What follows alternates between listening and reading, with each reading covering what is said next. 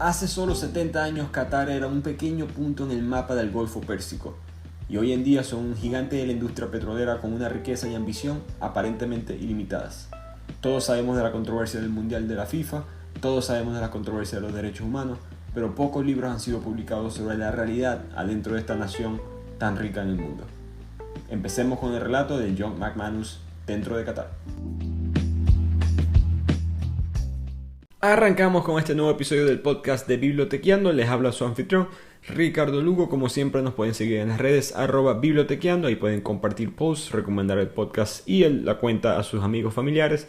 Y como siempre yo escucho sugerencias para los siguientes episodios. Hoy les traigo este libro Dentro de Qatar. Un libro muy interesante porque es como contado mientras pasa. Porque esto no se ha acabado. Este episodio de Qatar como anfitrión del mundial y todos los ojos del mundo sobre esta nación.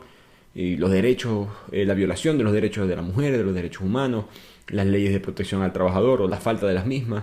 Todas estas cosas que son tan controversiales están pasando hoy en día, ¿no? Y a veces muchos libros son contados sobre, digamos, el punto de vista 10, 15, 20 años después, pero esto es algo que está pasando ahora.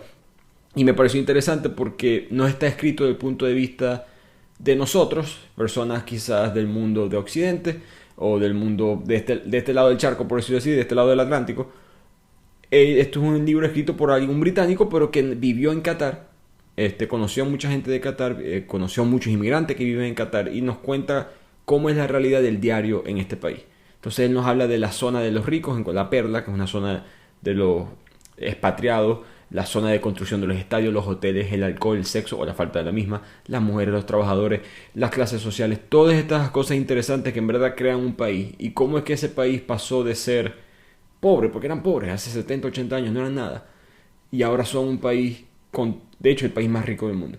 Entonces era un tema interesante dentro, por supuesto, con el mundial de fondo. Mientras grabo esto, el mundial está a punto de arrancar y es algo que rara vez hemos tenido un mundial de fútbol, que es el evento más visto del mundo, en un país que la gente sabe tan poco, ¿no? Los mundiales anteriores fueron Rusia, Brasil, Sudáfrica, Alemania. Son lugares que todo el mundo tiene alguna especie de cultura general sobre el mismo, pero Qatar creo que es un país que si el mundial no es en Qatar, creo que muy poca gente sabría del mismo. Es como si yo le preguntara ahorita a ustedes sobre Bahrein, Oman, países de la misma zona que poca gente tiene conocimiento. Y en parte, por supuesto, porque es un país muy pequeño, ¿no? Y para que tengan una idea, creo que todo el mundo sabe que es un país pequeño, pero nadie se lo visualiza. De verdad, para que tengan una idea, tengo diferente gente que me escucha de diferentes países en Latinoamérica. Para los colombianos, por ejemplo, en el departamento de Antioquía es 6 veces más grande que Qatar. Para los argentinos, Córdoba, la provincia de Córdoba, que mis vecinos en Argentina, por cierto, eran de esta provincia. Esa provincia es 15 veces más grande que Qatar. Jalisco, el estado en México, que apenas es 4% de todo el tamaño del país mexicano, es 7 veces más grande que Qatar. Cataluña en España es 3 veces más grande que Qatar. Y el lago de Maracaibo, donde soy yo en Venezuela, es un lago, para los que no sepan, es un lago que divide, digamos, el occidente del país con el resto. Es en el que todo el país de Qatar cabe adentro del lago. Entonces imagínense que todo un país te quepa en un charco de agua, por decirlo así. Entonces es increíble lo pequeño que es y al mismo tiempo la diversidad que tiene. Es un país de 2.900.000 personas y 300.000 personas, alrededor de un 10% de esa población es ciudadana de ese país. O sea que estamos hablando de que 90% de la población es inmigrante. Pocos países tienen esta dinámica. Entonces por lo mismo se ha creado un sistema de castas basado en el origen nacional en los últimos años desde que tuvieron el boom petrolero, y ese origen es con lo que arranca el libro, explicándonos que primero en las clases sociales están los cataríes, gente nacida en Qatar, de padres cataríes, musulmanes por supuesto. Segundo están las personas de países europeos o los estadounidenses, los dos son vistos como por igual, suelen ser expatriados y suelen los cataríes llamarlos a ellos expatriados. Es curioso, digo esto que es curioso porque a los otros inmigrantes no le dicen así. Yo entiendo que es diferente desde el punto de vista corporativo, pero muestra la diferencia, ¿no?, entre los otros grupos. Tercero en el orden están otros países árabes, como Egipto, Sudán, Irak. Y después están, o mejor dicho, empatados con los países árabes, también están los africanos que son musulmanes. Entonces tienen a Mali, Nigeria, Camerún, todos estos países que también tienen una población altísima de musulmanes. y que se mudan a Qatar normalmente con mejores trabajos que los que tienen el siguiente grupo, que son los 4, 5, 6, que es como, por decirlo así, la clase obrera, los inferiores dentro de la sociedad de Qatar. Serían africanos que no son musulmanes, eso pueden venir de toda parte de África, filipinos que son vistos muy bajos, y hablaremos de eso en este resumen, y los asiáticos del sur, Nepal, Sri Lanka, la India, y por supuesto todos estos inmigrantes, como siempre pasa, se mudan por las oportunidades económicas que hay en Qatar, pero en verdad son tratados de una manera bastante, creo que injusta, pero a través del libro vamos a ver creo que es un tema más complicado de lo que pensamos. Para los que se preguntan cómo estaríamos nosotros latinos rankeados en este sistema, hay una entrevista con una argentina en el libro, y la argentina dice que como nosotros los latinos se parecen físicamente a la gente de Qatar, yo pienso argentino, pienso en alguien rubio, ojos azules, supongo que esta Argentina no es así, pero entiendo lo que quiere decir, que muchos latinos, especialmente si te viste con la vestimenta árabe, te vas a parecer físicamente a los árabes, y por lo mismo nos ponen más o menos en el tope de ranking, justo por debajo de los europeos y los estadounidenses, pero por encima de los otros países árabes o africanos musulmanes. Normalmente nosotros los latinos no emigramos hacia países del Medio Oriente. Los pocos que sí lo hacen suelen ser gente expatriada que trabaja en petróleo. Entonces son vistos, digamos, de una manera mucho mejor, mientras que si tú caminas en Qatar, toda la gente, por ejemplo, los guardias de seguridad en un supermercado, todos son africanos negros.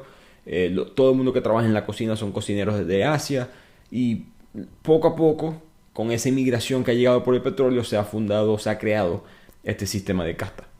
Y es importante aclarar que Qatar ahorita se está recuperando de una crisis, entonces digamos que la dinámica social ha cambiado un poco. Por eso que me gusta este tipo de libros que hablan de estas cosas que no vamos a escuchar.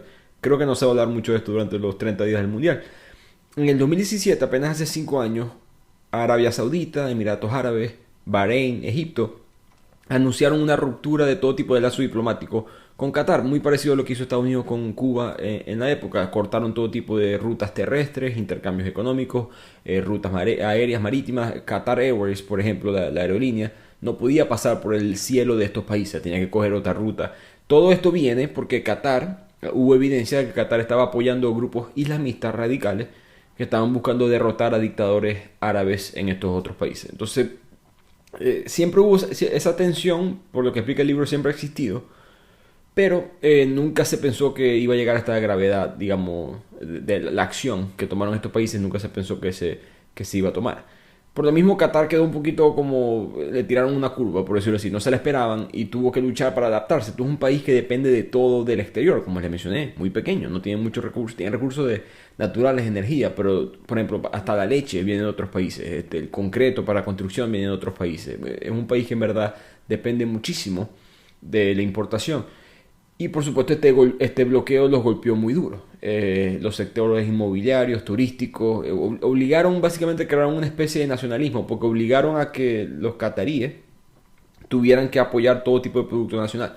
Y cuando esto pasó, irónicamente, los otros países que querían dañar, digamos, o debilitar a Qatar, lo que hicieron fue fortalecer al jeque, que se llama Tamim bin Hamad, que es el que está ahorita en poder, y él básicamente creó este nuevo sentimiento de nosotros contra el mundo, y la gente empezó a apoyarlo mucho más de lo que lo estaba apoyando antes. En Qatar, por si acaso, no hay elecciones. Esto es una especie como siempre en los países de esto del Medio Oriente, una especie de monarquía, y a veces es muy importante para ellos que el pueblo esté contento, por mucho que no tengan muchas opciones, el pueblo tiene que estar contento, y este bloqueo los ayudó. El embargo acaba de terminar el año pasado. Entonces se ven, pero todavía, como dice el autor, si vas a Qatar ahorita, el mundial probablemente va a ser diferente, pero si vas a Qatar ahorita, es como si entras a un bar después de que alguien se acaba de caer a golpe. Y no viste la pelea, pero quedan restos de todo lo que pasó. Y así es como se veía Qatar hace poco, pero las cosas están mejorando. Por supuesto, Qatar ahorita es el tercer país más rico del mundo, si lo mides basado por lo menos en el PIB per cápita. En otras palabras, cuánto dinero genera el país por ciudadano. Qatar genera $97,000 al año por ciudadano, y los ciudadanos no tienen que pagar impuestos en lo absoluto, 0%. Repito, los ciudadanos, no todo el mundo. Y es un factor común a través del libro, como ciertos privilegios son para ciertos grupos, no para todo el mundo, que cabe destacar, eso no es tan diferente al resto del mundo, pero en Qatar está mucho más pronunciado, y quizás la lógica en la cual se llega a eso es más injusta. Pero hablando más de la cultura y de las cosas que se realizan en el diario, una práctica que realizan los cataríes es la halconería. Si han visto alguna vez un halcón, el ave, puesto en el brazo de alguien, normalmente el brazo está protegido con un guante de cuero. Normalmente el halcón sale volando y se devuelve. Eso es la halconería. Y es una práctica muy tradicional en Qatar que se está poniendo mucho más popular, en parte porque están tratando de conectarse con sus raíces. Los cataríes siempre han sido nómadas en el desierto y ellos solían simplemente depender de las perlas, el buceo, perdón, de perlas en el Golfo, y esa era la única industria que tenían, por eso que era un país pobre. No había el clima muy caliente, no es muy bueno para el cultivo, entonces ellos no podían conseguir comida. Los halcones son buenos en eso. Los halcones tú lo puedes tener en tu brazo y pueden buscar proteínas escasas en el desierto y te pueden devolver comida y eso, o pequeños mamíferos, y esa era la manera con la cual muchas de estas personas sobrevivían en el desierto. Ahora, antes de que la halconería renaciera, la halconería era algo que solamente los ricos hacían y por lo mismo se está volviendo a poner de la misma manera. No son baratos estos halcones, cuestan $2.000 los más baratos. La gente de dinero en Qatar está comprando aves entre $20.000 y $50.000. Y ya busqué ahorita, estaba investigando más sobre eso y hubo un ave que se vendió hace poco por $250.000. Así que son un alto símbolo de estatus social para las familias árabes, específicamente para las familias reales. Y por lo mismo los inmigrantes no pueden pagar esto. Los únicos que a veces invitan grupos no cataríes a hacer esta práctica son los expatriados. Y esto viene nuevamente por qué los expatriados o los europeos estadounidenses son tan respetados, por decirlo así, en Qatar. Son vistos inferiores, no que no lo sean, pero son respetados. Es porque les enseñaron a ser ricos, ¿no? Cuando parecido Venezuela, por ejemplo, hubo un día muy famoso que se llamó el Día que Llovió Negro.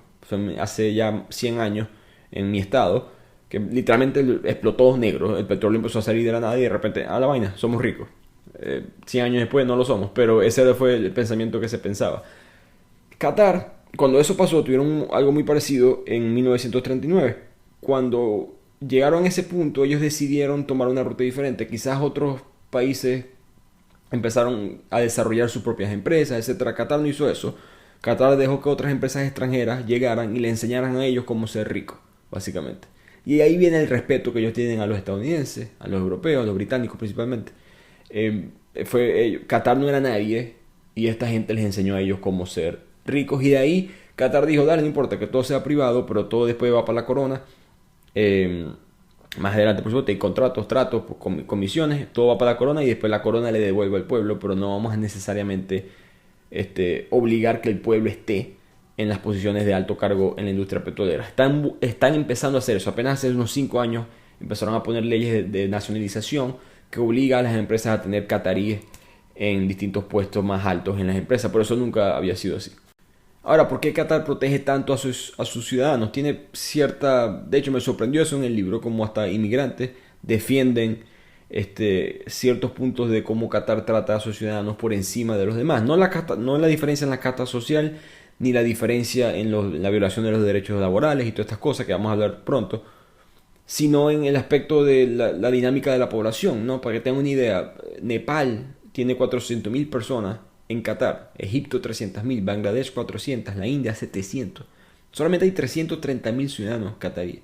O sea, imagínense que la India tiene más del doble que eso en ese país. Entonces, cuando eso es así, es difícil imaginarse el país no proteger a sus ciudadanos. Una británica que sale hablando en el libro dice que, bueno, si en Inglaterra 90% de las personas fueran de Francia, probablemente las leyes cambiarían, ¿no? Y para poder tener todos estos servicios de salud, educación, etcétera, hay que tener ciertas limitaciones. No me esperaba eso, no me esperaba que tantos grupos defendieran, digamos, repito, no el sistema de las castas sociales, sino, o mejor dicho, el sistema de las castas nacionales, sino el sistema de impuestos, los privilegios para los ciudadanos, etcétera, etcétera. Ahora, si están pensando en mudarse a Qatar y sacarse la ciudadanía catarí, olvídense, es imposible. De hecho, solamente importa el linaje del padre, el linaje de la madre, no importa. Que cabe destacar, el libro no habla mucho de las mujeres. Obviamente habla de las diferencias entre los hombres y las mujeres, pero el autor, a pesar de vivir ahí años, nunca pudo interactuar con mujeres. No es fácil. Obviamente no se puede hablar con mujeres a menos que sea algún familiar. digamos, en comercio, etcétera. Pero hablar tú con una mujer, una extraña, no es fácil. Es un país que 70% de la población es hombre. No es fácil poder vivir y escuchar la opinión de las mujeres porque probablemente lo hacen en secreto. Es muy difícil para ellas hablar en frente de un hombre y por supuesto le da miedo hablar en frente de un extranjero. Entonces, el hombre es el que importa en el aspecto de la nacionalización por descendencia. Las personas, por ejemplo, que nacen de madre catarí, pero que el padre es extranjero, no puedes tener la ciudadanía por descendencia, tendrías que aplicar de otra manera. Si quieres aplicar para nosotros como naturalización, tienes que vivir en Qatar 25 años. 25 años de tu vida con menos de 2 meses de ausencia por año. De hecho, solamente dan 100 ciudadanías al año. Es el cupo y mucho menos que eso a veces son aprobados. Tienes que tener buena reputación, carácter, tienes que saber hablar árabe y no puedes tener lo que ellos llaman ningún tipo de creencia relacionada con la virtud o el honor de alguien. En otras palabras, no puedes estar creyendo en otras cosas muy diferentes a las ideologías musulmanas del país. Esto es lo que hace que, por supuesto, que el país sea tan disparejo en cuanto a la relación hombres y mujeres. Hay 300 hombres por cada 100 mujeres, perdón. Y por la realidad de que todos los inmigrantes que llegan son hombres. Ninguna mujer, pienso yo, le gustaría mudarse para Qatar, a menos que sea empleada de una empresa extranjera y sea protegida bajo ese mundo. O al mismo tiempo una esposa o hija de alguien, familiar de alguien que trabaje en empresa petrolera. Pero no hay mujeres mudándose a Qatar, solamente hombres de todos estos países asiáticos, africanos, musulmanes. Por lo mismo, hay muy pocas mujeres en la calle. De hecho, es algo que vamos a ver en el libro. Las mujeres hasta cierto punto les gusta eso porque entonces son más deseadas, por decirlo así. Es mucho más fácil para ellas elegir con qué hombre van a salir, las pocas que pueden hacer eso. Y ya que estamos en ese tema, empecemos a hablar de las mujeres y la igualdad de las mujeres mejor dicho, la desigualdad de las mujeres en el país de Qatar. No es tan grave como la gente lo piensa. Los gobernantes de Qatar y varias personas, ciudadanos de Qatar que hablan en el libro, mencionan lo mismo, como no hay, digamos, hay una imagen del mundo de que el Medio Oriente o es Arabia Saudita o es Dubái. Dubái siendo el lugar chévere, la rumba, la fiesta, todo libre, bla, bla, bla. Arabia Saudita el lugar restrictivo, digamos más parecido a la realidad en el resto del Medio Oriente. Lo que dicen los cataríes y el gobierno de Qatar, que todo esto puede ser propaganda por supuesto, pero el gobierno de Qatar habla de que nosotros no somos tan restrictivos como ellos y como otros países en el Golfo. Nosotros tenemos décadas dejando que las mujeres manejen. En las universidades 3 veces más mujeres se gradúan que los hombres. El gobierno las alienta a que vayan a trabajar. No significa que lo hagan, pero el gobierno ahí tiene iniciativas para que las mujeres trabajen. En la industria del cine dentro de Qatar, por ejemplo, la mayoría de las directoras son mujeres. De hecho, tienen más mujeres siendo directoras que lo que tiene Hollywood. Ahora, por supuesto, estamos en un país ultra conservador del Islam y las mujeres solamente pueden hacer esas cosas si los hombres se las permiten, vamos a decirlo así. Si quieren sacarse una licencia, hay lo que ellos llaman un tutor, que es varón siempre, tiene que aprobárselo a ella. Normalmente es el papá, el esposo. Igual para casarse, si quieren estudiar un posgrado o un pregrado en el extranjero, tienen que pedir permiso. Entonces, vamos a decirlo así, son más libres en dar el permiso, pero aún así todavía las mujeres tienen que pedir permiso. Pero, por supuesto, las mujeres tienen que vestir lo que llaman una baya, una capa negra larga, un pañuelo en la cabeza, que es el shaila. Las más conservadoras se cubren todo su rostro, o creo que conservadoras. Hay muchas mujeres que eligen vestirse así, pero también hay muchos hombres que las obligan a vestirse así, así que las familias más conservadoras son las que hacen que sus mujeres se vistan con esos velos que solamente se le ven los ojos. Ahora, curiosamente, muchas mujeres, ya que la naturaleza siempre consigue la manera, como la frase esa de Jurassic Park, ¿no? Siempre hay la forma. Los taxistas en el libro hablan de que las mujeres son infieles cuando pueden, no siempre pueden, pero cuando son infieles con alguien más, o mejor dicho, cuando quieren tener sexo, punto, pero no se puede tener sexo fuera del matrimonio, es ilegal y es castigado en Qatar. Ellas se ponen esos velos y la gente piensa que son conservadoras, pero en verdad se están poniendo el velo para que nadie las reconozca y van para un hotel y se ven con el hombre, con el amante en el cuarto, y quizás otras mujeres que son lesbianas hacen lo mismo, etcétera. Me pareció curioso. Si algún día ven a una mujer vestida de velo negro y en el Medio Oriente, o es ultra conservadora o está a punto de tener sexo con alguien, o vienen a hacer lo mismo. Pero la realidad es que ser mujer es fuerte en Qatar, y creo que esta historia nos explica muy bien, o es una buena representación de lo que debe ser mujer en este país. En octubre del 2020, hace apenas 2 años, un bebé recién nacido fue conseguido en un baño del aeropuerto internacional de Doha, el aeropuerto Hamad, la capital de Qatar. Por supuesto, los oficiales que se dieron cuenta asumen, probablemente correctamente, que este bebé era de una mujer que tuvo sexo fuera del matrimonio, o una mujer que quedó embarazada con alguien más fuera del matrimonio, y con ese velo negro pudo esconder el embarazo, tuvo el bebé en el aeropuerto y lo dejó botado para que no la castigaran. Por supuesto, los oficiales empezaron a buscar a ver quién fue, y apenas vieron al bebé, pararon todos los aviones que estaban en el aeropuerto y bajaron a 18 australianas y otras mujeres de otras naciones extranjeras que estaban ahí. Las sacaron de 10 vuelos diferentes, de diferentes aviones, mejor dicho, y forzadamente, sin ningún tipo de permiso, orden de cateo, nada, fueron sometidas a exámenes vaginales.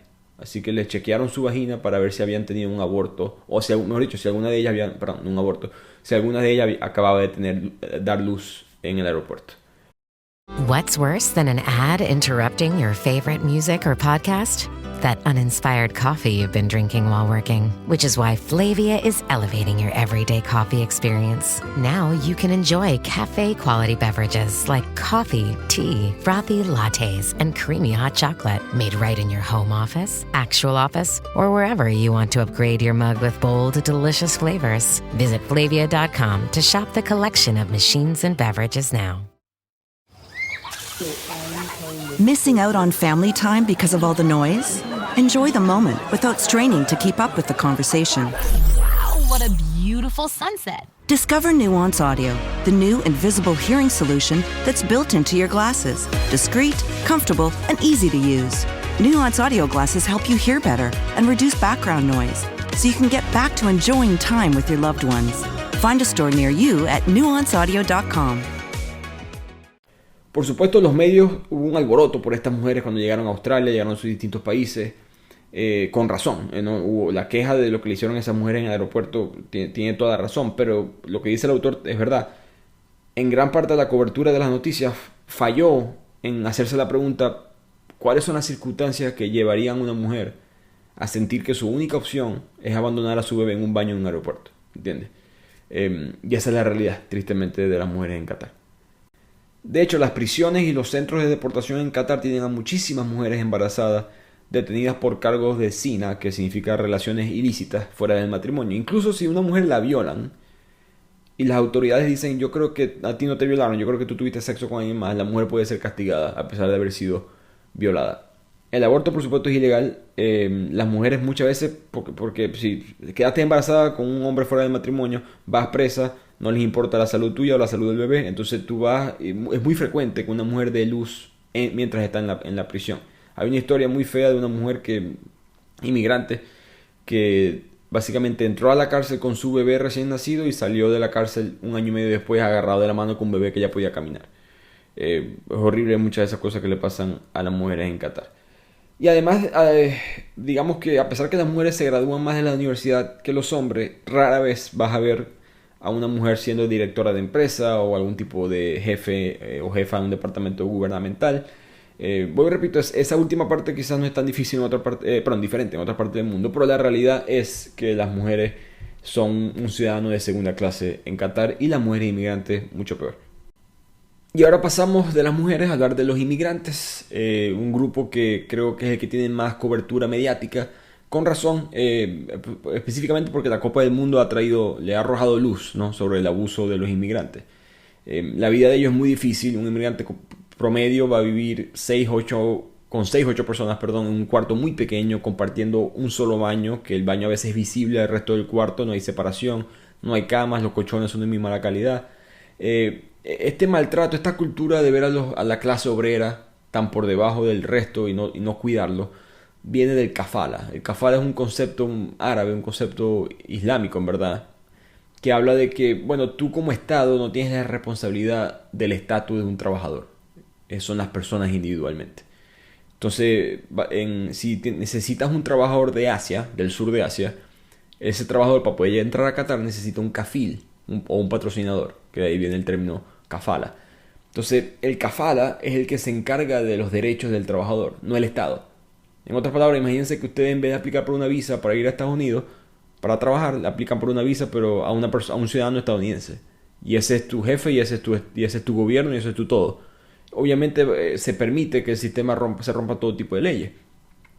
Tu patrocinador o tu jefe te puede castigar por incumplimiento, te puede cobrar multa, puede decirte no te voy a extender la visa, al menos que me hagas este favor. Por supuesto, esos favores son ilegales. Te puedo decir que me insultaste, puedo decir que si me robaste algo y te vas para la policía y te vas preso y después vas deportado y no hay nada que puedas hacer. Normalmente, de hecho, los trabajadores entran a Qatar y estos patrocinantes, estos kafir, les quitan a ellos sus pasaportes. 84% de los inmigrantes no tienen pasaporte después de entrar a Qatar porque sus patrocinantes se los confiscan. Por lo mismo es muy difícil trabajar en Qatar. Si tú estás buscando ir a Qatar, y por supuesto estos países tienen malas situaciones económicas, Senegal, Mali, si tú quieres ir a Qatar para poder mandarle dinero a tu familia en tu país de origen, necesitas conseguir una especie de reclutador, por decirlo así, un buscón, que él te consiga alguien en Qatar que necesita a alguien como tú. A ese buscón, ese reclutador, le pagas $1,000. Y después en Qatar vas a ganar, en esos empleos de baja clase, por decirlo así, como dicen los cataríes, $300 al mes. Entonces imagínate que le debes $1,000 a alguien, no tienes pasaporte y tienes que ganar $300 al mes, mandar dinero a tu familia, poder sobrevivir en Qatar. ¿Cuánto te vas a tardar en poder pagar eso? ¿Qué pasa si tu jefe dice, no, sabes qué, te voy a cambiar el contrato? Tu contrato decía que ganabas 500 al mes, no te va a pagar 400, al menos que hagas esto. Que eso pasa mucho en Qatar, porque, bueno, repito, el gobierno no tiene ningún tipo de vigilancia sobre esto.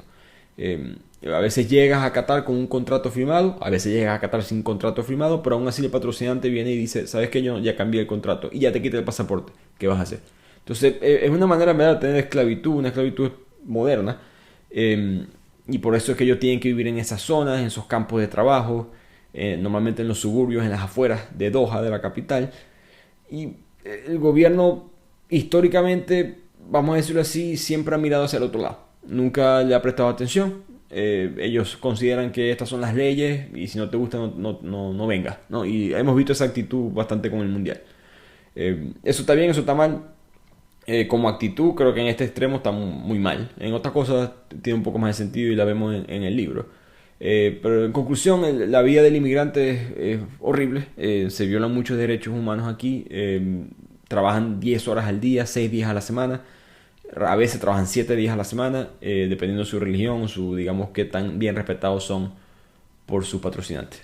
Ahora, lo que nosotros conocemos como el trabajo de inmigrantes en Qatar, la mayoría, es por el mundial, ¿no? Todo lo que ha pasado con los inmigrantes que han muerto en la construcción de los estadios. The Guardian, un periódico británico, declaró hace un año que contaron que 6.500 migrantes habían muerto entre el 2010 y el 2020.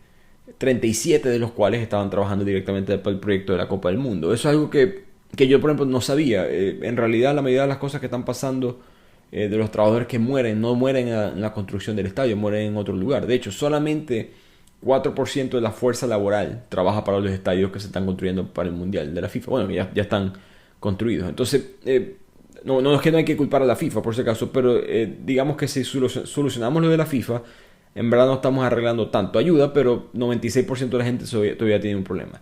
Que es más o menos lo que está pasando, ¿no? Porque esta cantidad provocó, por supuesto, indignación. Todas estas muertes, básicamente las muertes por si acaso. Nadie se enteraba porque Qatar lo reportaba. Se enteraban porque las familias decían, hey, tengo tiempo que no sé de mi esposo, tengo tiempo que no sé de mi hijo, ¿qué ha pasado? Y gente desaparecida por más de un año, básicamente son asumidos que fueron... murieron en algún tipo de accidente de construcción. Ahora, Qatar lo que dice, el gobierno de Qatar lo que dice, y los cataríes dicen que, bueno, no siempre es que mueren porque no los cuidamos, es que aquí hay mucho calor y no todo el mundo está tan acostumbrado. Recordemos que el promedio de Qatar, yo me quejaba de Maracaibo, no soy yo, pero en Qatar 42 grados centígrados es promedio de temperatura, 45 a veces en el verano. Ese calor extremo juega un papel significativo en las muertes, pero por supuesto una empresa, digamos, un gobierno que funcione tiene protocolos para evitar que esto suceda, ¿no? La OIT dice que hay muy poca falta de datos para que ellos puedan hacer ese argumento, pero básicamente ese número de 6.500 migrantes, vamos a decirlo así, no es verdad. no es que no sea mentira, sino que hemos tenido que asumir cuál es el número. De que han muerto miles de personas, se sabe, eso no hay ningún tipo de discusión. El problema es que los números del gobierno de Qatar no se puede confiar, y los números de un periódico tampoco. Lo que se puede hacer es un análisis de las muertes como hacemos con el COVID, ¿no? ¿Cuáles son las muertes inexplicables? Como no sabemos siempre si alguien murió de COVID o no, tenemos que comparar cuántas muertes no se pueden explicar en el 2019, antes del COVID, y después ver cuántas muertes hay ahorita en el 2021, factorizar el porcentaje de la población, etcétera, y así uno entiende cuántas muertes son en realidad culpables del COVID. Algo parecido se está haciendo en los estudios en Qatar. Se están viendo cuántas de estas muertes de causas naturales o enfermedades cardiovasculares o que se desmayó por un calor, etcétera, en verdad pasaban antes comparado con ahora. Y lo que se ha, digamos, concluido es que lo que el Guardian, el periódico, dijo hace unos par de años, es bastante cerca de la cifra. Básicamente cada año están muriendo alrededor de 600 a 700 trabajadores en el mundo de la construcción. Cuando la gente se enteró de esto, el enfoque fue por la FIFA. Esto es algo, digamos, eso es bueno, pero habla un poco de la hipocresía de la sociedad. Nosotros solamente le prestamos atención a esto por el Mundial de Fútbol, porque de resto nadie estaba hablando de esto. Y como les mencioné, solamente 4% del trabajo de construcción es para el Mundial de Fútbol. Entonces, hay más procesos que se tienen que realizar. De hecho, la FIFA metió presión en el 2017 con toda esta presión mediática y quitaron este concepto del kafala para los trabajadores de los estadios. Mejor dicho, no es que quitaron el concepto de kafala, pero crearon organizaciones que eran un intermediario entre los patrocinantes del kafala y los trabajadores de los estadios. Y ahí empezó a reducir drásticamente, o mejor dicho, a mejorar drásticamente las condiciones de trabajo de estos trabajadores en la construcción de los estadios para la Copa del Mundo. Pero 96% de los trabajadores en Qatar no están cubiertos por esta auditoría mejorada. Así que todo se mantiene igual, y recordemos que a lo que se acaba el Mundial, se acabó el Mundial. Y la realidad vuelve. Pasó lo mismo en Sudáfrica, pasó lo mismo en Brasil, pasó lo mismo en Rusia. Entonces, mientras no se quite, digamos que la conclusión en todo esto de los inmigrantes, mientras siga existiendo la ley del kafala, no hay mucho que podamos hacer. Ahora, cabe destacar, creo que siempre hay que dar todo el paisaje completo, que es lo que hace este libro. No todos los inmigrantes les va mal, ¿no? Esos son los inmigrantes que, obviamente, esto no es aceptable, esto no es una excusa, pero hay muchos inmigrantes asiáticos que les ha ido bien, porque son ingenieros, trabajan en el mundo del petróleo. En otras palabras, si trabajas en petróleo, estás bien. Hay muchos profesionales de otras partes del Medio Oriente, Líbano, Túnez, Jordania, Palestina, que como hablan árabe, entonces trabajan a veces tienen trabajos educativos, legales, gubernamentales. La enfermería en Qatar está dominada por filipinos, principalmente mujeres filipinas. El grupo que quizás que a mí me fascinó más leyendo fueron los occidentales, ¿no? Son el 5% de la población, la gente de Europa o de Estados Unidos, Canadá. Y la comunidad original que empezó a crear esta cultura de los expatriados fueron los escoceses, cosa que yo no me esperaba. Tiene sentido, por supuesto, los escoceses con la industria petrolera. En Escocia, Aberdeen, que queda como al noreste de Escocia, de ahí empezaron a irse poco a poco hacia Doha cuando hubo el boom de los petroleros. Si alguna vez yo tuve el privilegio de poder visitar Escocia hace poco, un país muy bonito, pero es bastante, en ciertas partes, bastante económico. No voy a decir el nivel de otros países como España, Italia, que si vas por unos pueblos, creo que con cualquier sueldo eres más o menos rico. Pero en Escocia se dieron cuenta los escoceses: si voy para Doha, me pagan todo este dinero expatriado, me pagan la vivienda, me pagan la educación, etcétera, etcétera, yo puedo retirarme mucho más rápido. Entonces empezó poco a poco una ola de escoceses que empezaron a llegar en los 90 a Doha. Entonces, si escuchas la opinión de estos escoceses que vivieron en Doha en esa época, es muy interesante, porque ellos dicen que Qatar ha cambiado. Que primero, como era tan pequeño, había tan poquitas personas, uno se podía involucrar mucho más en la sociedad. Los cataríes te permitían como que, ok, puedes venir a mi casa y socializar, etc. Las mujeres decían que, bueno, había 5 hombres por cada mujer. Entonces, si yo era soltera, yo salía un miércoles por la noche y yo siempre tenía los tragos gratis, porque todos los hombres en el bar estaban locos porque llegara una mujer. Entonces siempre salía de que tuviera más dinero ofreciendo más. Y eso son cosas que a mí me dieron risa leer en ese libro. Pero la realidad es que es algo que vamos a ver a través digamos, del Medio Oriente, es que a pesar de que tienen una cultura son famosos, el estereotipo que los árabes tratan muy bien a los extraños, son muy, muy gentiles con ellos. La realidad que dice el autor, por lo menos en este libro, es que no es tan así. O sea, sí lo son muy... toma esto, te ofrezco esto, cómo te ayudo, etcétera. Pero al momento de conectarte con ellos, de considerarte tu amigo, no lo hacen. Siempre hay una barrera entre que ve que tú no eres de los nuestros. Por lo menos es así en Qatar. Y el autor ahora pasa a hablar de La Perla, que es una zona en la ciudad que es en el Doha, en la capital, que es la zona rica de los expatriados. Y él dice que es raro ver como que pareciera un Disney pero europeo, ¿no? Todo el mundo pareciera otro mundo. Gente haciendo ejercicio, trotando y por supuesto dentro de los apartamentos la gente está bebiendo mucho porque no se puede beber en público y no puedes estar borracho en público tampoco, te meten preso. La gente vive como reyes, pero también, esto me pareció interesante, también tienen inmigrantes. También tienen gente que son inmigrantes, pero de buen recurso. También tienen sus inmigrantes de bajo recurso. Y esto me parece a mí curioso porque no lo había pensado. Resulta que en Qatar, la mayoría de los empleados, todas estas muertes que hay en las construcciones de los estadios, en verdad no son contratados por ciudadanos cataríes. Son contratados por empresas que trabajan en otros inmigrantes. Entonces, después daremos más detalles, pero básicamente todo es contratista, ¿no? Y a veces los contratistas contratan a otros subcontratistas y subcontratistas contratan a otros subcontratistas. Entonces, si yo necesito, por ejemplo, 500 empleados para un proyecto de construcción y yo llamo a mi compañía de contratista usual, la que me ayuda a construir esto, yo soy el catarí en este ejemplo, yo llamo a alguien más. ¿Es alguien más? A lo mejor es catarí, a lo mejor no, probablemente no. Y él me dice, ¿qué te va a decir? Mentira, que no tiene 500 empleados. Te dice que sí, dale, no importa. En verdad tiene 100. Entonces después llama a otra empresa que necesito 400 más. Y esa otra empresa que ya por seguro no son cataríes, dicen, no, yo tengo 200, dale, yo te digo que sí. Y después esa empresa consigue 200 más y así van. Entonces al momento de que un trabajo arranca, es difícil saber quién es el patrocinante de toda esta gente. Es difícil saber quién en verdad trajo a todas estas personas a Qatar. Y eso es algo interesante porque entonces no se le puede echar, por supuesto, la culpa para mí, o mejor dicho, todo empieza por el kafala. Pero diferentes grupos se aprovechan del kafala, no son solamente los ciudadanos de Qatar. Y también los grupos, digamos, europeos estadounidenses se aprovechan del poco costo de la mano de obra y tienen sirvientas, inmigrantes, choferes, etcétera, que están ganando sueldos muy bajos comparado a lo que ganarían en otro mundo. Y me pareció interesante como el autor habla con una británica que le dice, no te sientes mal por como que tú sabes cómo son las cosas aquí y tal, y estás viviendo como rey y aquí estás contratando a una gente que está ganando una miseria y sus pasaportes, etcétera. Y ella dice, bueno, pero yo no sé yo no sé qué hacer. O sea, yo en la década de los 90, por ejemplo, cuando llegaron los polacos, tú no dijiste nada, porque el autor también es británico. Los polacos en los 90, después de la caída de la Unión Soviética, empezaron a emigrar hacia Inglaterra.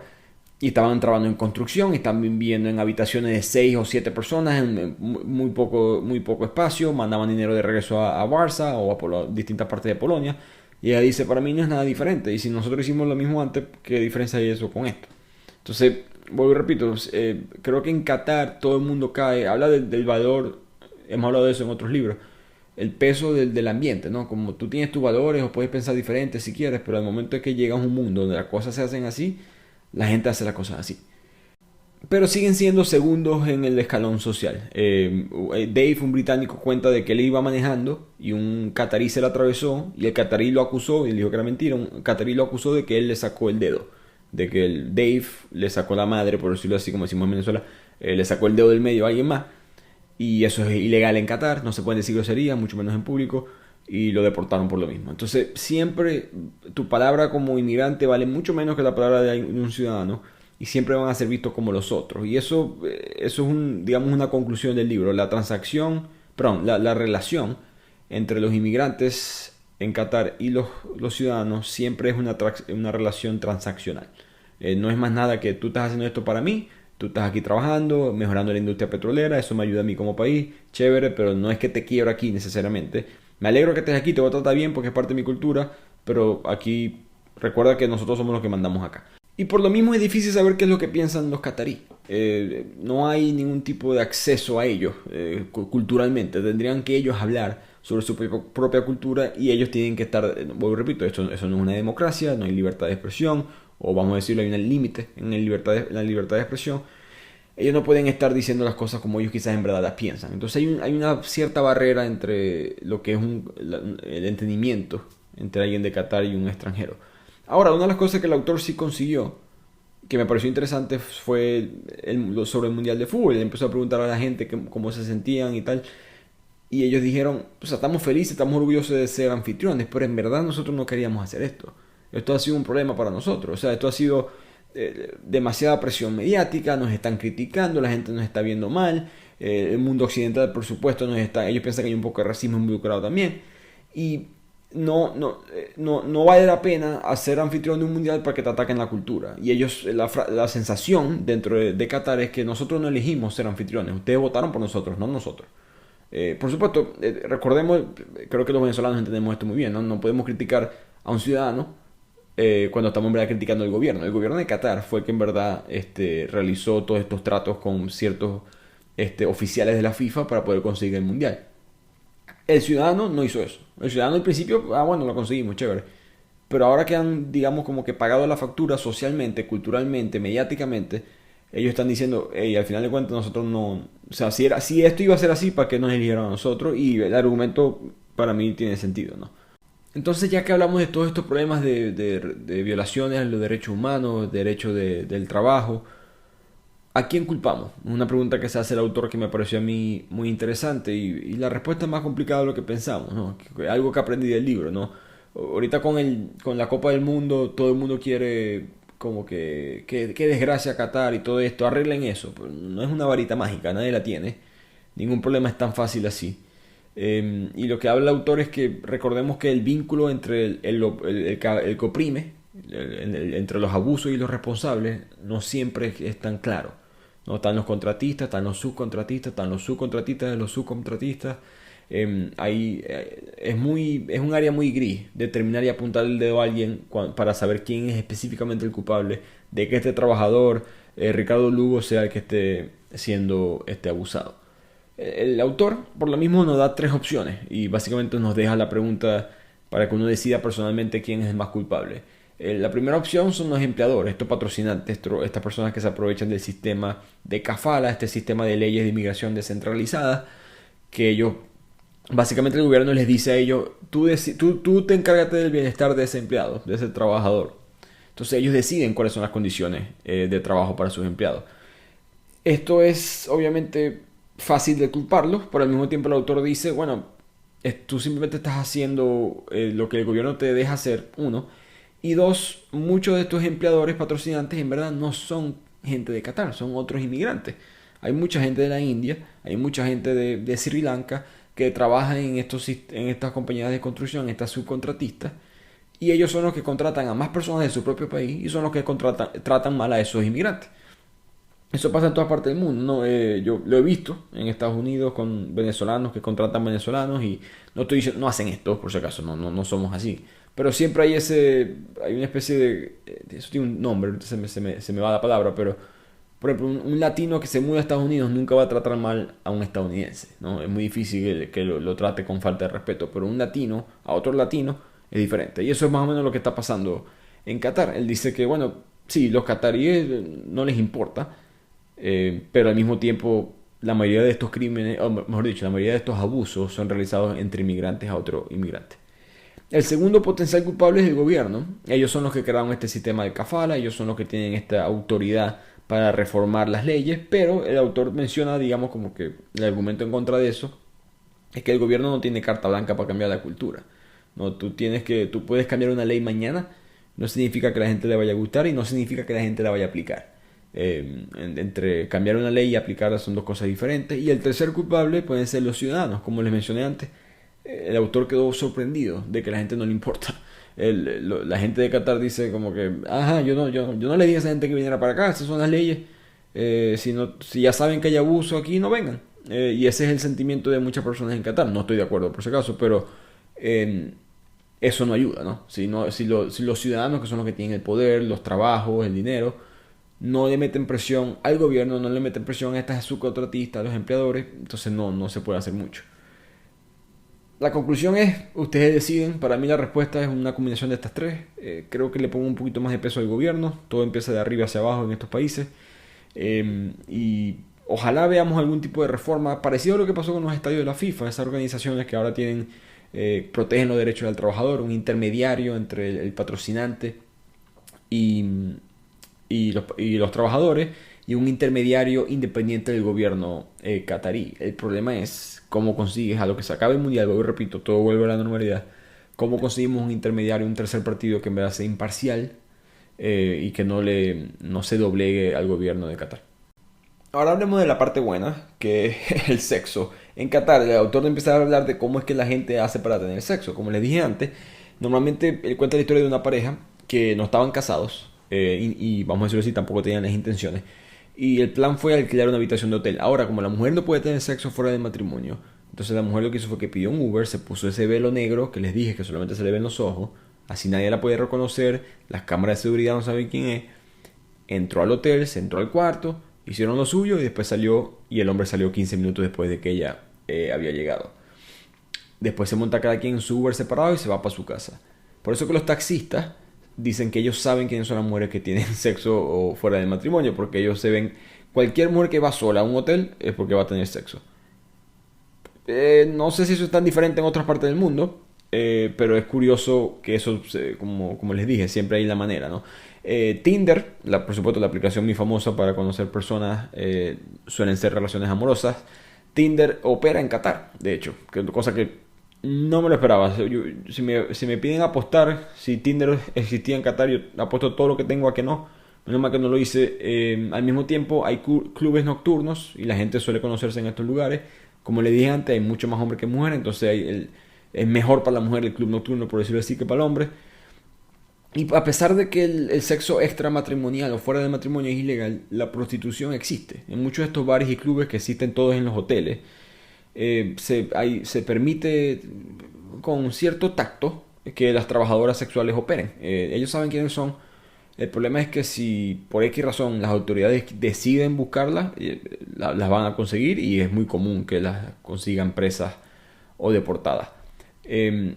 Ahora, el sexo en Qatar, por supuesto, ningún tipo de acto sexual. Creo que algo que había que aclarar, que se está viendo mucho ahorita en los medios, que por ejemplo que los gays no pueden expresarse con nadie sexualmente, besarse con su pareja en la calle y tal. Eso en verdad no se puede hacer para nadie. No estoy defendiendo esto por si acaso, pero estoy aclarando. La expresión amorosa, física, hacia otra persona no es aceptada dentro de la sociedad de Qatar. Así que, tristemente, la gente tiene que hacer todos estos trucos para poder tener sexo con alguien más. Bueno, pasemos a hablar ahora, ya que hablamos del sexo, del hermano del sexo, que es el alcohol. El alcohol solamente se consigue en los hoteles de Qatar, y lo que se considera en Doha, lo que la frase muy común es que los hoteles son los pulmones de la ciudad. Ahí es donde realmente se vive como que una especie de cultura. Hay tanto los expatriados, los turistas, los cataríes que a veces quieren beber. En el año 2000, para que tengan una idea, solamente había 19 hoteles en todo Qatar, todo el país, solamente había 19 hoteles. Hoy, 22 años después, hay 200. Entonces, los hoteles se han convertido en un boom en Qatar. Los precios del alcohol son extremadamente caros. No sé cómo van a estar para el mundial, pero en Qatar, normalmente una cerveza de 330 mililitros, que no es muy grande, cuesta $12. Que durante el mundial se habla de que va a estar probablemente en $20. La razón es porque hay un impuesto del pecado. Mucha risa ese término, pero hay un impuesto al pecado del 100%. Entonces, si en verdad, si una cerveza te cuesta $20 en Qatar, en otro país te hubiese costado 10. O mejor dicho, si en esta ideología del pecado musulmán, etcétera, te hubiese costado 10. Por supuesto, no importa que tan caro pongas el alcohol, la gente se va a seguir bebiendo, ¿no? Entonces, ya que son los únicos lugares donde puedes servir alcohol legalmente, todos estos bares, pubs, discotecas en Qatar están en los hoteles. Entonces, ya que el sexo fuera de matrimonio es ilegal, si tú quieres tener sexo, tienes que ir a un motel, no hay otra manera. Tienes que ir a un bar de esto, no hay otro lugar en verdad donde socialmente puedes interactuar con alguien del sexo opuesto. Pero son un privilegio, ¿no? La mayoría de la población de Qatar no puede frecuentar hoteles. Como les había al principio, alguien ganando $300 al mes no se va a gastar $100 en 5 cervezas. Entonces no es muy difícil para gente de bajos recursos ¿verdad? Poder disfrutar de la vida en Qatar. Además que para poder ingresar a cualquier bar debes mostrar un pasaporte. Ya hablamos que muchos de estos inmigrantes no tienen su pasaporte. o tienes que mostrar algún tipo de permiso de residencia, que se te escanea en la puerta, entonces ya el gobierno sabe dónde estás, te pueden buscar a ver si estás borracho, que no se puede estar borracho públicamente en Qatar. No se puede importar alcohol, tú no puedes llevar alcohol en las maletas, ni comprar alcohol del exterior si vives ahí. Y todo el país, no la ciudad, todo el país tiene una sola tienda que vende alcohol, que se llama Qatar Distribution Company, QDC, que es básicamente como un almacén, un galpón, en las afueras de Doha. Y para comprar ahí necesitas tener más de 21 años, tener una identificación, un carnet de identificación de Qatar, pagar como unos $40 por la licencia y tener una carta de tu empleador o la prueba del gobierno que describa tu puesto y tu salario básico. Y mínimo tienes que ganar un sueldo de $850 mensuales, que como le dije, muchos de estos trabajadores no pueden ganar eso. Y además tienes que comprobar tu estado civil. Entonces, en un lugar así, lo que ha pasado es que se ha creado el sadiki, ¿no? Porque si eres pobre y quieres beber en Qatar, todo el mundo quiere beber, no te queda más de otra que empezar a crear tu propio alcohol de contrabando. Y eso es lo que significa el sadiki, que sadiki en árabe significa mi amigo. Y es un licor destilado por aficionados que se venden en la parte trasera de los automóviles. Entonces hay carros que se paran en ciertas calles de Doha y en otras partes de Qatar, y la gente sabe que ese es el carro que yo le puedo llegar para comprar alcohol si yo quiero. El problema es que, por supuesto, estos alcoholes no están verificados, no llevan ningún tipo de control de calidad, no están hechos por las personas que son. Y hubo una investigación que se realizó por el gobierno de Qatar y se dieron cuenta que el sadiki, este alcohol que se vendía en el área industrial, contenía pentanol y butanol, que son alcoholes que causan daño cerebral y ocular. Hay gente que literalmente toma este alcohol y al día siguiente se despiertan ciegos. Entonces se pueden imaginar el riesgo que la gente toma para poder tomar. No lo hagan. Si vayan para allá, traten de conseguir la licencia o gástense los $20 en el bar. Yo creo que para nosotros que somos del mundo occidental, por decirlo así, Latinoamérica, por lo menos con mucha influencia de esta cultura, esto es muy difícil para nosotros imaginarlo, ¿no? Que solamente hay un lugar específico donde se pueda tomar, que no puedas tomar en la calle, que no puedas estar borracho, que no se pueda tener sexo fuera del matrimonio. Recuerden, no estamos hablando de ser infiel, estamos hablando de que no puedes tener sexo hasta que te cases. Estas son cosas, una especie de mundo. Hace poco hicimos el resumen del cuento de la criada, y es una especie de ese estilo, ¿no? Como que un mundo distópico, un poquito más orientado a oprimir a la mujer. El hombre termina pagando factura también, pero por supuesto es un mundo. No me imagino vivir en estos lugares. Creo que los visitaría, no tengo problema con eso.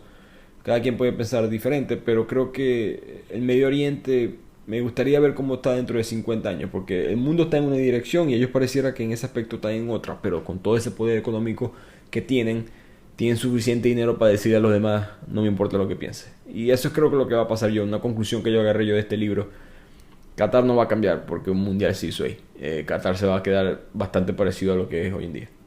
Ahora, un tema muy parte de la cultura de Qatar que no hemos hablado todavía es la religión, ¿no? Y es interesante, la religión en el Medio Oriente siempre está ese estereotipo de que ellos no permiten la expresión de más nadie, y eso es algo que está mal, por supuesto, pero es una cultura, ellos son muy anti otras religiones, y Qatar no es la excepción, pero como les mencioné antes, son un poquito más liberales que los otros países. Ellos tienen un lugar que se llama Church City, la ciudad de la iglesia, donde se permiten que muchas iglesias de otras religiones, iglesias católicas, cristianas estén dentro de esta zona. Está la católica, que se llama Nuestra Señora del Rosario, la ortodoxa griega, la ortodoxa siria. Hay muchos lugares, hay muchas iglesias donde los cristianos se pueden reunir y celebrar sus distintos servicios.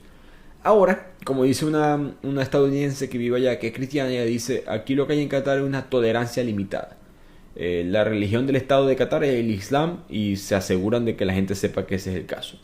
El país no es una teocracia islámica como es Irán, no, donde los clérigos religiosos forman parte del aparato estatal, del gobierno, pero tampoco son Turquía, donde uno tiene un estilo de vida un poquito más occidental, puedes beber en la calle, más libertinaje, etc. Pero digamos que la conclusión es que los cataríes son muy religiosos. La vida en Qatar está muy marcada por el Islam. O rezan 5 veces al día. En la semana siempre hay religiones misas, por decirlo así, en las mezquitas. En las radios se interrumpe la radio, la música se interrumpe para poder poner oraciones. Todas las instalaciones comerciales cierran en los viernes, que les están el viernes como el domingo. de los musulmanes. Como ya hablamos, el alcohol y cualquier tipo de producto antimusulmán, cerdo, etcétera, está muy estricto o si no prohibido. No hay ningún tipo de templo hindú, budista, ni ningún tipo de sinagoga judía. Esos son tolerantes con los cristianos y tienen un pase, creo que en parte por la mezcla entre la cultura musulmana y los cristianos en cuanto al petróleo, en el caso de Qatar. Pero todas estas religiones, especialmente la judía, ellos no la aceptan.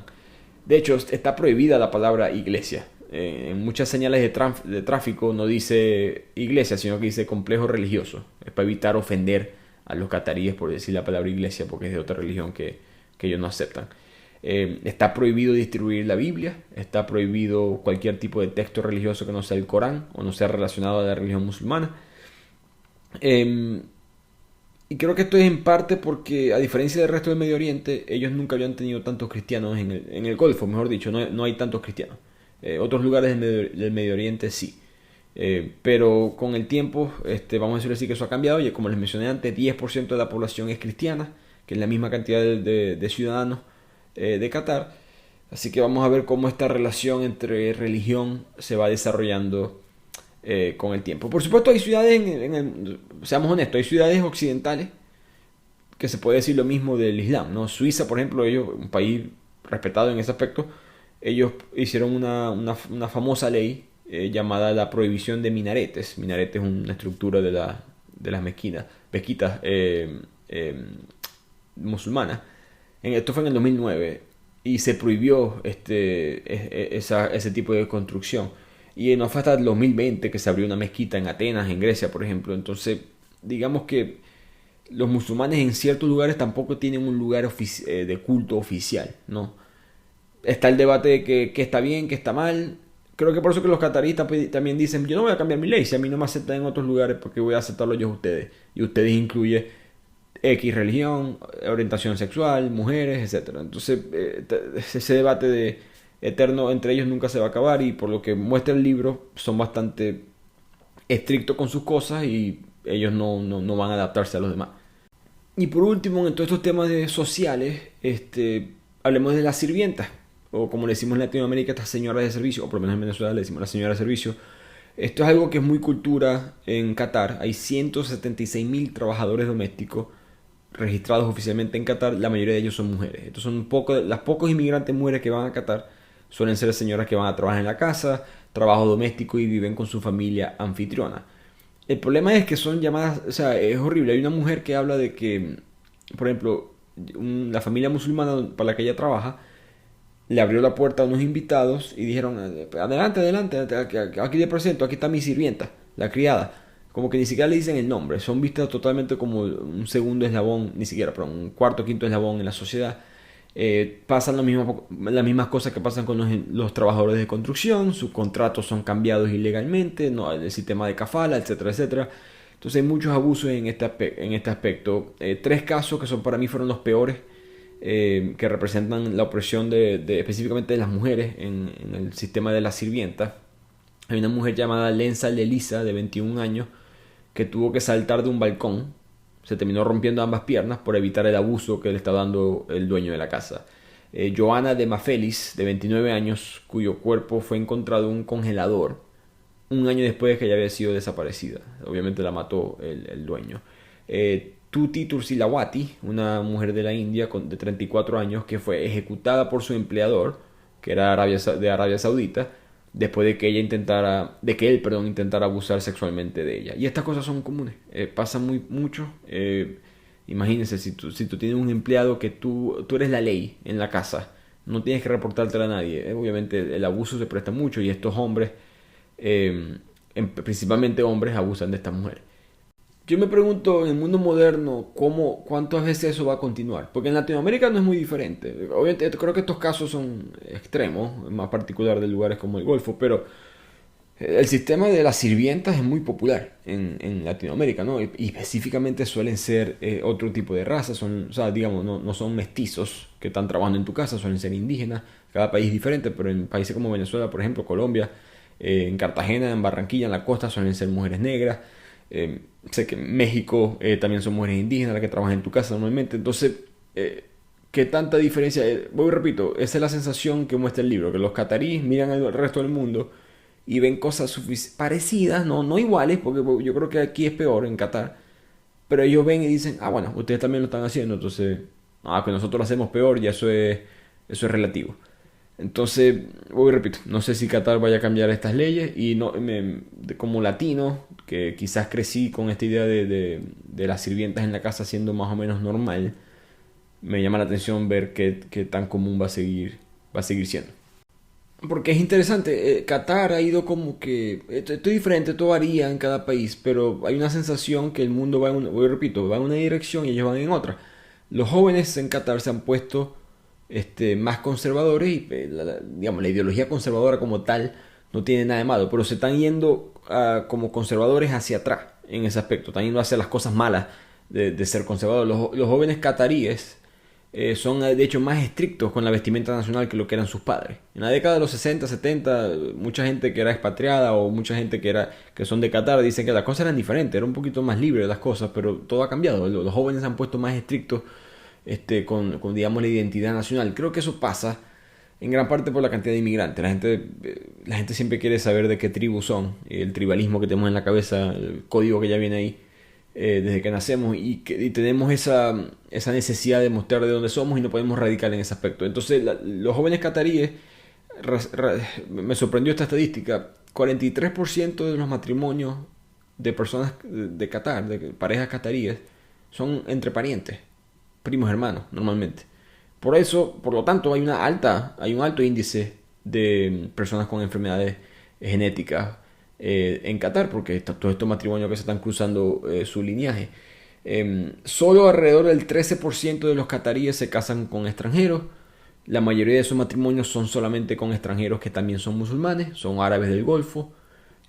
Rara vez vas a ver un Qatar casado con un estadounidense, un europeo, mucho menos con, creo que hay un latino católico o algo de ese estilo. Y por ejemplo, solamente el 61% de las mujeres en Qatar casadas y que tienen menos de 50 años están a favor de algún tipo de anticoncepción, o sea, pastillas, condones, nada de eso. Entonces, repito, una cultura bastante diferente al resto, que es verdad. A mí no me gusta criticar otras culturas, aunque lo he hecho en este podcast, pero mi punto es que uno puede tener una opinión, ¿no? Uno puede decir, para mí eso está mal, pero al momento de decirle a un país cambia las cosas porque yo creo que eso está mal, ahí se pone complicado, porque la línea entre eso y colonialismo o imperialismo es está muy delgada, para mí, por lo menos.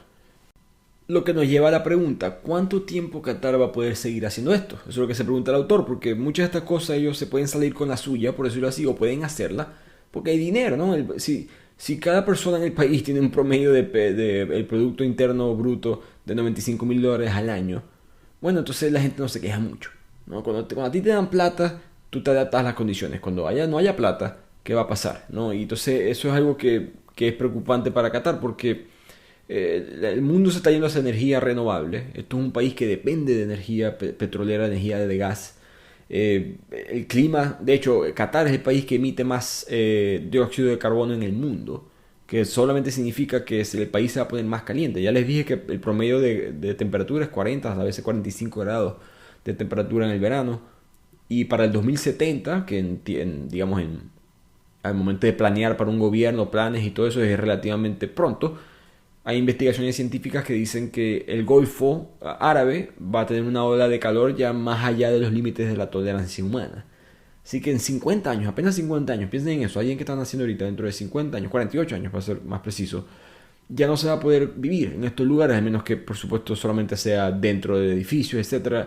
El calor es un problema en Qatar, básicamente, lo que nos dijo el autor. Se gasta mucha energía, el calor es tan fuerte que todo el mundo tiene los aires prendidos, no ves mucha gente caminando en la calle porque es tan caliente, todo el mundo siempre a veces maneja de cuadra a cuadra en carro para evitar sufrir el calor. Todos los edificios son muy bonitos, si lo han visto en fotos, es increíble, parece Miami se queda atrás, es mucho más bonito que eso, pero todos los edificios tienen ese estilo como de oficina pero playero, entonces tienen como que todas las paredes, todos los espejos son transparentes, entonces no tiene demasiado calor adentro del edificio, todos los edificios tienen el aire a millón, entonces hay bastante daño ambiental. al cual ellos creo que no les importa mucho. Están tratando de cambiar eso, pero en cuanto a cambio climático, o ellos preocuparles cosas del cambio climático y sus propias circunstancias, lo que dice el autor es que ellos no le están prestando atención porque ellos dependen de esa industria. Ellos no van a empezar a actuar diferente a sus propios intereses económicos. Pero por lo mismo, el gobierno de Qatar ha contratado bastantes empresas de publicidad y relaciones públicas occidentales para que les cambien la imagen. Eso para mí es un poquito peligroso. Yo llegué a trabajar en agencias de mercadeo y un poquito de relaciones públicas, y hay una línea muy, muy delgada, muy fina entre relaciones públicas y propaganda. Y cuando los gobiernos son involucrados con este tipo de empresas, y ellos están trabajando para empresas que yo respeto muchísimo, Blue Rubicon, Gray, Blowley Jones, Hill Knowlton, son empresas de relaciones públicas muy respetadas en Londres y en Nueva York. Y ellos están básicamente utilizando al occidente y todo ese poder capital, ese poder político, mejor dicho, para no lavar el cerebro, no es la palabra correcta, pero para cambiar la percepción de lo que es el Qatar, ¿no? De lo que es Qatar, perdón. Lo hemos visto en el fútbol, que Beckham, Xavi, Eto'o, jugadores de fútbol hablan de Qatar y son patrocinantes no solamente del mundial, sino hasta antes. Ellos son los dueños de Al Jazeera, uno de los periódicos más respetados en el Medio Oriente, probablemente el periódico más famoso del idioma árabe. Son los dueños de beIN Sports, para la gente que le gusta el deporte. beIN Sports, el gran porcentaje del fútbol mundial se transmite a través de ese canal. Tienen bastante poder mediático, y la combinación de eso con esta compañía de medios me parece a mí interesante. Lo curioso es que una de las mujeres que trabaja en esta empresa de relaciones públicas le pareció, o sea, se nota la diferencia en cultura. Estos jeques árabes llegaban y le decían, bueno, mira, que tienes este dinero, compra el New York Times y compra el Wall Street Journal, compra todos esos periódicos de Estados Unidos y dile que hablen bien nuestro. Y ella como que eso no funciona así. De este lado del charco eso no funciona así. Aquí las cosas son un poquito diferentes. No es que no se puedan hacer, que yo sí creo que esas cosas existen, pero no es tan directo. No es como que te doy un sobre con dinero y ya. Es más un poquito favores políticos y te ayudo aquí, me ayudas allá. Por lo tanto, Qatar está tratando de como que, ok, ¿cuál es el futuro, no? ¿Cómo cambiamos la imagen del país? Ellos tienen una visión nacional 2030 que dice que Qatar va a ser un centro regional para el conocimiento y las actividades de servicios industriales de alto valor. Eso no significa nada, que es lo que dice el autor. No dijeron nada. Es un documento de 39 páginas. Habla de la transformación de la nación, etcétera, pero no hay un plan claro dentro de ese documento de qué es lo que vamos a hacer, porque hay diferentes avenidas que el país puede tomar. Pueden ser, por ejemplo, Dubái lo tiene muy claro, ¿no? Nosotros vamos a hacer turismo. Después de que se acabe el petróleo y la energía, vamos a hacer turismo, y ese es nuestro principal, va a ser nuestro principal ingreso. Entonces Qatar tiene que buscar cuál va a ser su principal ingreso después del petróleo. Los medios es una opción, pero no está claro qué tan fácil es hacer eso. Sí, Al Jazeera, beIN Sport, todo lo demás, pero es un país que no promueve la libertad de la expresión. Es muy difícil que haya un centro mediático donde no hay libertad de expresión. Educación es otra. Ellos tienen universidades de estadounidenses y de Inglaterra en Qatar, básicamente sucursales de esas universidades en Qatar. Mi universidad donde yo estudié, Texas A&M, también está allá en Qatar. Principalmente son universidades del petróleo, es el problema, ¿no? Y sí tienen clases de humanidades y poco a poco han metido otros temas, pero por el mismo tema de la libertad de expresión no son los mejores lugares para otro tipo de carrera. Y muchos estudiantes deciden irse para otros lugares también. Al menos que vayan a estudiar petróleo, si quieren estudiar otro tipo de carreras, deciden estudiar en el exterior. Entonces es muy difícil ver a Qatar como un centro de educación más adelante. El deporte, muy difícil. Por mucho que han invertido en todo esto para el Mundial de Qatar, no hay suficientes personas en el país. Turismo, ya lo agarró Dubái. Finanzas, igual. Dubái es un centro financiero al mismo tiempo. En muchas conferencias, el futuro económico del Medio Oriente es discutido siempre en Dubái. Ciencia y tecnología es posible. Ellos invierten bastante en innovación, pero ninguna idea radicalmente buena ha salido de Doha todavía, de la capital de Qatar. Así que no es digno ni siquiera no podemos asumir que Qatar de repente se va a convertir en un centro de la innovación tecnológica como lo es quizás Silicon Valley en San Francisco en Estados Unidos. Así que eso es lo que les queda, lo que dice el autor, no les queda de otra más que ser un arrendador, que es lo que parece que le está funcionando. Hay una empresa de inversiones de Qatar que ha invertido en inmuebles en el extranjero. Han invertido en hasta edificios muy emblemáticos en Londres y el mismo Empire State Building en Nueva York. Pero hay una especie de confusión, vamos a decirlo así. No está claro si esa va a ser la ruta. Entonces Qatar queda la duda, ¿no? A pesar de todo este avance que tienen comparado con otros países del Golfo, voy repito, no son Dubái, pero tienen bastante avance comparado con Arabia Saudita, Bahrein, pero están trancados en el juego. Tienen una carta que han utilizado muy bien y que se han abusado de ella, que es el petróleo, y pronto se les va a acabar y no hay un plan claro de qué es lo que va a pasar en el futuro.